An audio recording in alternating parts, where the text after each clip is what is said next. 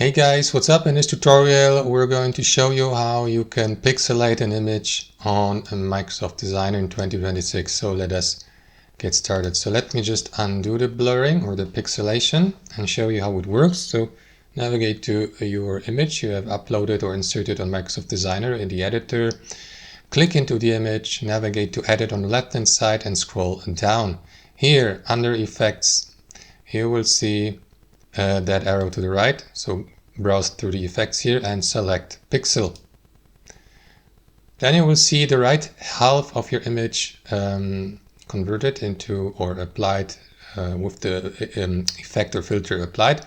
So you may use that handle here to increase the size, or use some of these here, these corners to highlight the area. For instance, let me just pixelate that tree here. So I will need to resize that box, position it over that area here. And next you may increase or decrease or customize the intensity of the pixelation. So if I decrease it, it will be not too pixelated.